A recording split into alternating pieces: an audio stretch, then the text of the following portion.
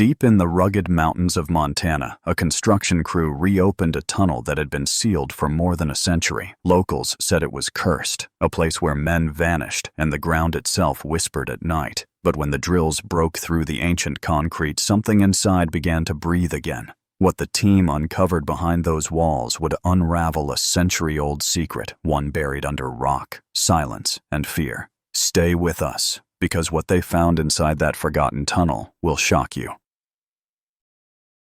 Whispers beneath the stone.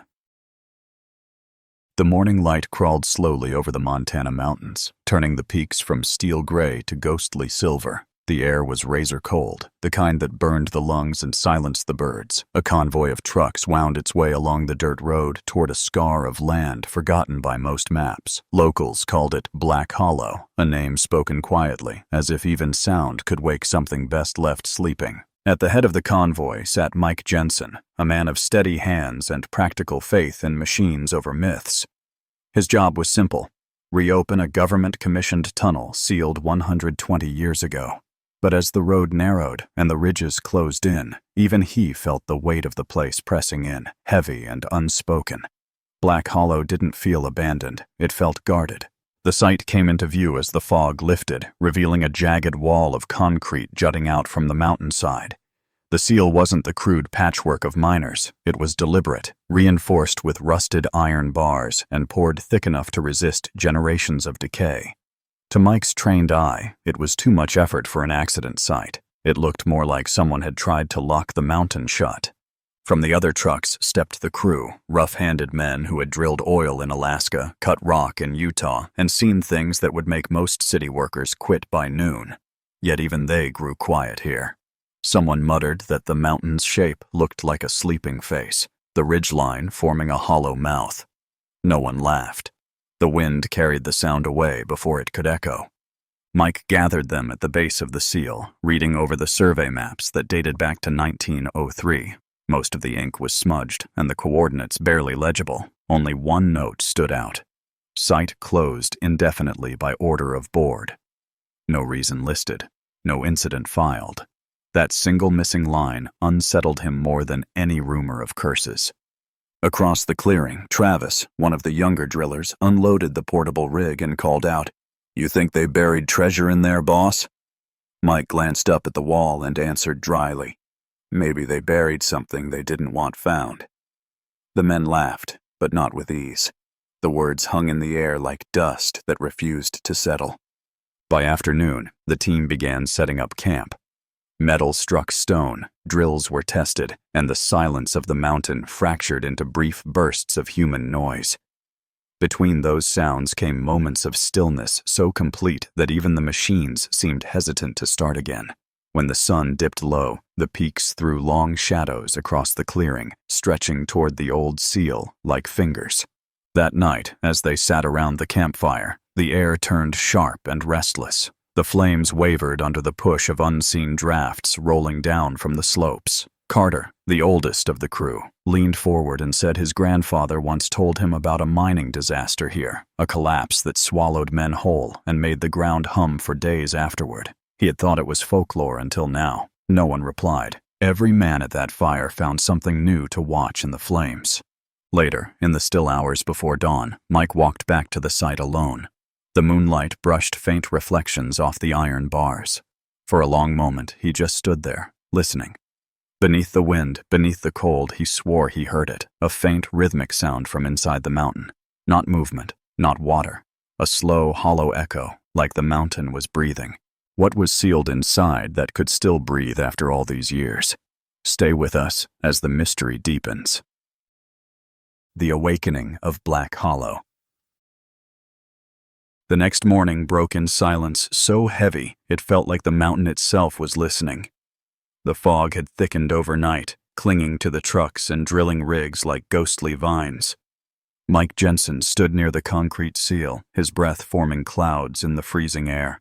The sound he'd heard the night before, deep, rhythmic, impossible, still pulsed in his thoughts. It hadn't been the wind. He was sure of that now.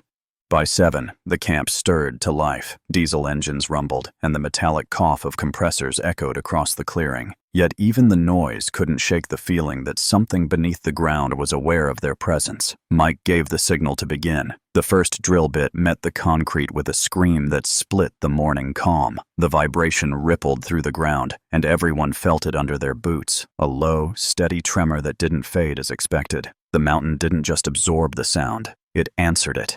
Travis cursed as dust burst from the cracks, swirling like smoke around their helmets. The air was dry at first, then turned oddly cold, almost chemical.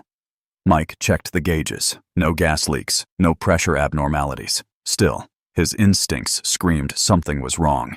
"Keep drilling," he ordered, voice sharp against the mechanical roar. The seal began to fracture, revealing faint layers beneath the surface, as if it had been reinforced more than once over the years. By noon, the fog had not lifted. It coiled around the site, muting the daylight until everything looked drained of color. Carter paused to wipe his visor and muttered that the dust smelled old, not just ancient, but used. Mike didn't respond. His attention was locked on the widening fissure. Each new layer of concrete was different, some smoother, some rougher, as though it had been patched again and again by different hands across decades. Someone had kept this tunnel sealed long after it was first closed. Hours passed before the first opening appeared, a gap no wider than a fist. From it came a gust of air that froze them where they stood. It was sharp, metallic, and dry, but beneath it was another scent, faint, almost sweet, like decayed wood and oil. It felt alive, like air that had been waiting. Travis stepped back, shaking his head. "That's not mountain air," he said quietly. Mike agreed, though he didn't show it. He ordered everyone to halt operations and run a stability scan. The data came back clean. No risk of collapse, no chemical hazards, no reason to stop. And yet, every man there wanted to. That night, they gathered by the fire again. But the warmth didn't help. The flames seemed weaker, shadows stretched longer. The fog rolled through the camp in thick waves, carrying strange echoes that made the men glance toward the mountain without speaking. Carter broke the silence first. "My grandfather said they sealed it for a reason," he whispered. "Said something in there made the ground hum like a heartbeat." Travis laughed nervously, but no one joined in. The hum was there now, faint but real, vibrating up through the soil. Unable to rest, Mike walked alone to the tunnel once more. The machinery loomed in the dark like watchmen. He crouched near the crack, holding his flashlight steady. For a moment, he thought he saw movement beyond the gap. A flicker, a shimmer, something metallic reflecting back. He blinked, and it was gone. But the sound, the slow, hollow thud, continued, matching the rhythm he'd heard the night before. The mountain wasn't just echoing their drills anymore. It was responding to them. Was it warning them or calling them deeper inside? Come with us to explore the hidden corners of the story. Into the Forgotten Vein. When dawn broke, the fog had thinned just enough to reveal the tunnel's scarred surface. The crew stood in silence before it, as if waiting for permission to continue. Mike Jensen gave none. He simply walked forward, placed his hand on the cold concrete, and nodded. That was enough. Engines flared to life again, and the drills returned to their rhythm, a metallic chorus echoing through the canyon. The first section of the wall gave way before noon. Fragments of gray concrete fell like brittle bones. Beyond the gap was nothing but blackness, the kind that swallowed light whole. Mike ordered all machinery stopped. The noise faded, leaving only the mountain's low hum and the faint rasp of their own breathing. It was then that a sound drifted from the darkness, soft, uneven, like loose stones shifting underfoot. No one moved. Then silence again. Mike tightened his jaw. "Helmets on. Lights up. We go slow." Their beams cut through the tunnel's throat, illuminating narrow walls lined with veins of quartz and streaks of reddish ore. The deeper they went, the thicker the air became, heavy with dust and something metallic, as though the mountain itself was bleeding iron. Old wooden supports appeared at intervals, warped by time, the nails eaten away by rust. Some still held fragments of rope. Others were marked with faint symbols, slashes, triangles, circles, carved by hands that once worked here. The markings seemed to tell a story, but not one anyone could read. As they advanced, Mike noticed that the tunnel floor wasn't level. It sloped gently downward, leading them away from the daylight behind. The ground shifted beneath their boots, soft in places where moisture had gathered. Here and there, a glint of something. Metal filings, perhaps, flashed in the dust. Travis knelt to inspect one and lifted an old brass tag half buried in gravel. The number 7 was stamped into it. Mike pocketed it quietly, not sure why. Minutes stretched into an hour. The tunnel seemed to twist of its own accord, branching into narrow side passages that ended abruptly in collapsed debris. Yet the main route ahead remained strangely clear, almost as though someone or something had maintained it. The team's footsteps echoed in an uneasy rhythm that always seemed to lag half a beat behind, as if another set followed them a few steps slower. When they stopped to listen, the echo stopped too. Farther in, the beam of Mike's flashlight landed on something unexpected. Rail tracks, old and rusted, but still intact. Small carts sat derailed nearby, filled with chunks of unprocessed stone. A few bore remnants of lantern brackets welded to the sides. One lantern still hung from its hook, its glass shattered but its metal frame unbroken. Carter lifted it gently. Kerosene type, he muttered. Early 1900s, maybe. Mike nodded. Then we're walking where they walked. The tunnel widened suddenly into a cavernous space, a hollow vein carved deep into the mountain. The air here felt different, warmer, thicker, filled with the faint scent of oil.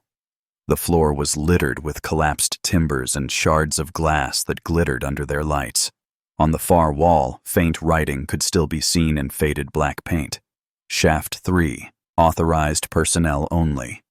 The words were barely legible, but unmistakable. Mike lowered his hand slowly. They were here, he said under his breath. This was their route. As the team began marking coordinates, Travis stopped mid-step. "Boss," he whispered. "Look at that." His light had caught the edge of a shape in the rock ahead, a smooth, vertical line that didn't belong to natural stone. Mike approached carefully. Brushing away layers of dust revealed a flat surface, cemented, not carved, embedded in the surrounding rock. Another wall, a second seal. The first one had kept them out. This one, Mike realized, had kept something in. What had been trapped so deep that even time couldn't bury it. Let us guide you into what no one expected. The wall no map mentioned. The discovery of the second wall stopped every movement in the tunnel. The air hung heavy with dust and disbelief. No blueprint, no government record, no mining ledger had ever mentioned a structure this far below the surface. Mike Jensen stood still, running his gloved fingers along the smooth cement face. Unlike the outer barrier, this one wasn't eroded. It was solid, uniform, and dry, as if time itself hadn't touched it. The crew gathered close, their helmet lights forming shaky halos on the wall. Carter crouched near the base and scraped at the edge with a pick. The sound it made wasn't the dull knock of stone. It was hollow, almost metallic. Travis adjusted his light, catching faint tool marks that ran in neat parallel lines. "This wasn't part of the mine," he said under his breath. "Who the hell builds something this deep?"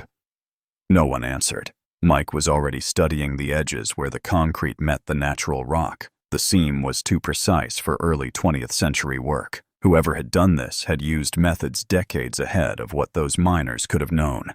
To be sure, Mike retrieved a small sensor from his pack, an old seismographic reader modified to detect density variations behind solid surfaces. He placed it flat against the wall. The screen flickered, then showed a thin pulse bouncing back, followed by another. There was space behind it, roughly 12 feet wide, maybe more. His stomach tightened. "It's not solid all the way through," he said quietly. The others exchanged looks, a mix of awe and dread. They decided to clear the area for drilling the next day. As they marked positions, something small caught Travis's attention. Wedged in the rubble near the wall was a rusted metal disc, no larger than a coin. He pried it loose and wiped the grime away. Letters appeared, BHMC, followed by a number. Black Hollow Mining Company, proof that someone from the original crew had been here. But what were they building this deep underground, and why had no one spoken of it? When they finally shut down operations for the night, the men camped just inside the tunnel entrance. The fog had returned, rolling through the clearing like smoke from an unseen fire. The mountain was utterly still, but the silence no longer felt natural. It had weight now, like the pause between heartbeats. Carter sat apart from the others, turning the metal disc over in his hands. "You know," he said softly, "if they sealed that wall from inside, maybe they weren't trying to keep us out at all." Mike didn't answer. He kept his eyes on the tunnel mouth, where their lights barely reached. For a long moment, it seemed as if the shadows inside were shifting, stretching. He blinked hard and shook his head. Fatigue, he told himself. Just fatigue. At dawn, they returned to the site with the portable drill. The fog had seeped into the passage overnight, swirling like breath inside a throat. Mike positioned the drill carefully against the center of the wall and started slow. The vibrations shivered through the ground, fine dust raining down from the ceiling. The sound didn't echo like before. It sank, swallowed instantly by the concrete as if absorbed. That was wrong. Every wall should return sound. This one seemed to consume it. After half an hour, a hairline crack appeared, running vertically like a scar. Through it came a gust of air so cold it crystallized the dust mid-air. It smelled faintly metallic but not of decay, more like old machinery, the kind that had been still for a century but hadn't quite stopped existing. Travis leaned closer, whispering, "That's air from the other side." Mike nodded, "And it's still moving." They shut down the drill and listened. Somewhere beyond the barrier, something faint shifted, an echo so deep it barely registered as sound. It could have been a collapse, or it could have been something else entirely. Mike stared at the hairline crack until the light from his helmet trembled. "We finish this tomorrow," he said finally, his voice low. "No one mentions this outside the team." "Not yet." The mountain exhaled once more, faint and slow, as if responding. What could still be alive behind a wall untouched for a century? Stay here as the next twist unfolds. The Chamber of the Waiting. By dawn, the fog had lifted, but the air inside the tunnel clung heavy and stale. Mike Jensen led his crew back toward the fractured wall, their boots crunching softly over gravel that shimmered faintly with frost. Overnight, the hairline crack had widened just enough to expose a sliver of darkness behind it. From that narrow seam, cold air pulsed in rhythmic bursts, as if the mountain itself were breathing.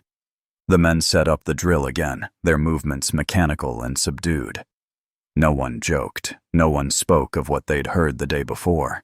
When the bit touched the concrete, the vibration sent a faint hum through the ground, steady, almost deliberate. Bit by bit, the wall surrendered. At last, a single block came loose and collapsed outward, leaving a jagged hole large enough for one man to pass through. A rush of freezing air poured out, thick with the scent of rust and something faintly organic, long sealed away from the world. Mike crouched, peering into the gap. His helmet light pierced through dust and shadow, revealing a confined space beyond, stone walls, timber supports, and shapes that didn't belong to geology. He slipped inside first. The temperature dropped instantly. Every sound echoed too sharply, like the chamber amplified what it heard. When his beam steadied, the sight stopped him cold. 7 skeletal forms sat arranged in a crescent against the back wall, each upright, hands resting in their laps. Their clothes had turned to rags, their bones tinted a pale amber by time. Near the center, a rusted lantern lay beside a tin can, and a small decayed notebook rested open on brittle pages. Mike brushed away the dust. The cover bore faint initials, EM, and half-visible lines of writing carved by desperation rather than ink. Carter and Travis climbed through behind him, flashlights sweeping the walls. One pointed to something scratched into the stone beside the skeletons. The letters, uneven but deliberate, formed a message carved by dying hands. "If you ever open this place, tell our families we waited." The chamber fell utterly silent. Every man felt the same weight, an ending frozen in stone, waiting to be found. Who sealed them here, and why were they left to die in the dark? Stay with us as the secrets grow even darker. Buried lies, unearthed truth. The discovery changed everything. What had begun as a restoration job was now a grave investigation.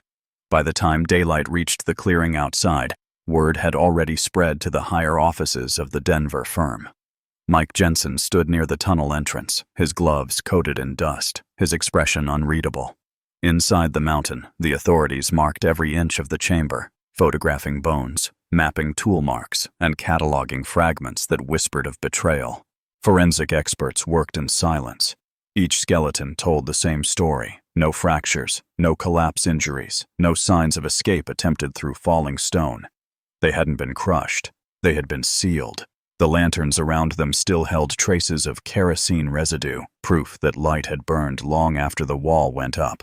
One scientist pointed out a small pile of soot under the ceiling beams. They had made fires for warmth. The men had lived for days, perhaps weeks, before the air ran out. In a crate half buried beneath debris, investigators found a rusted tin containing scraps of paper pressed together by moisture. The topmost sheet bore the faded emblem of the Black Hollow Mining Company. The words across it, still legible, read, "Rescue operations suspended. All assets declared lost." Below that, a signature, the company's founder. The date, 1903. Mike stared at the paper for a long time before speaking. "They knew," he said quietly. "They knew those men were alive." His voice carried no anger, only disbelief. Reporters began to arrive the next morning, cameras flashing against the mist, recording every angle of the tragedy reborn. The truth came out quickly. The miners weren't victims of an accident. They were buried under orders, a deliberate act of greed disguised as collapse. That evening, as the crews dismantled their equipment, the mountain seemed to breathe again, exhaling cold through the open tunnel. The sound was faint, almost like a sigh. Mike looked toward the entrance one last time, the wind brushing against his coat like a whisper that had waited a century to be heard. The miners had left their message. Now it was up to him to make sure no one buried it again. What else would surface when history was finally forced to speak? Walk with us into the truth that was never meant to surface. The mountain remembers. Morning arrived with a rare stillness. The fog that had haunted Black Hollow for days was gone, leaving the air painfully clear. For the first time, the mountains stood visible from base to summit, their edges sharp against the pale winter sky. The excavation site, once alive with machinery and voices, now felt like a memorial long before it became one. Yellow tape fluttered across the tunnel mouth, and the smell of iron hung in the cold like memory itself. Mike Jensen watched as the last of the forensic team loaded their equipment into trucks. Behind them, officials spoke quietly near folding tables covered in artifacts, rusted tools, fragments of wood, and the remains of a notebook sealed inside a glass case. He had handed it over without protest. The handwriting within had been too faint to read entirely, but one line near the end was still clear enough. "We can still hear them above us." Those words stayed with him more than anything else. Within a week, the story reached national headlines.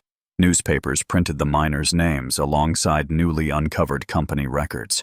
Letters surfaced between the board of directors, revealing the decision to abandon rescue attempts once profit margins threatened to drop. They had sealed the shaft, erased the evidence, and built their next operation elsewhere. The betrayal was deliberate, methodical, and buried under a century of silence. In Helena, the state announced plans for an official memorial. Mike attended the hearings, answering questions with the same quiet precision that had guided him through the excavation. When asked what it felt like to uncover human remains instead of minerals, he simply said, "We found men who kept faith longer than the world kept its promises." Reporters quoted that line for days, but to him it wasn't poetry, it was truth. 2 months later, the memorial was completed. A slab of dark granite stood at the tunnel's entrance, engraved with the names of the lost, and the line Mike had chosen himself. "To the men who waited in darkness, you are not forgotten." Families traveled from neighboring states to attend. Some traced the carved names with gloved fingers. Others stood silent, their eyes fixed on the mouth of the mountain as if expecting it to breathe again. When the ceremony ended and the last speech faded, the crew poured a final layer of concrete into the tunnel's entrance, this time not to hide, but to honor. The sound of the mixture hitting stone echoed softly through the hollow. Mike stayed until the end, long after the machines went quiet. The sun dipped low, throwing streaks of amber across the ceiling wall. He removed his helmet and placed it beside the plaque. For a long while he listened, to the wind sliding through the pines, to the hum of the earth settling. It sounded almost like breathing, slow and patient, as though the mountain remembered every name that had ever passed through it. Then he turned away, the valley silent behind him, the story of Black Hollow finally laid to rest. Were you surprised by what waited behind the tunnel wall after 120 years? Tell us which moment left you speechless.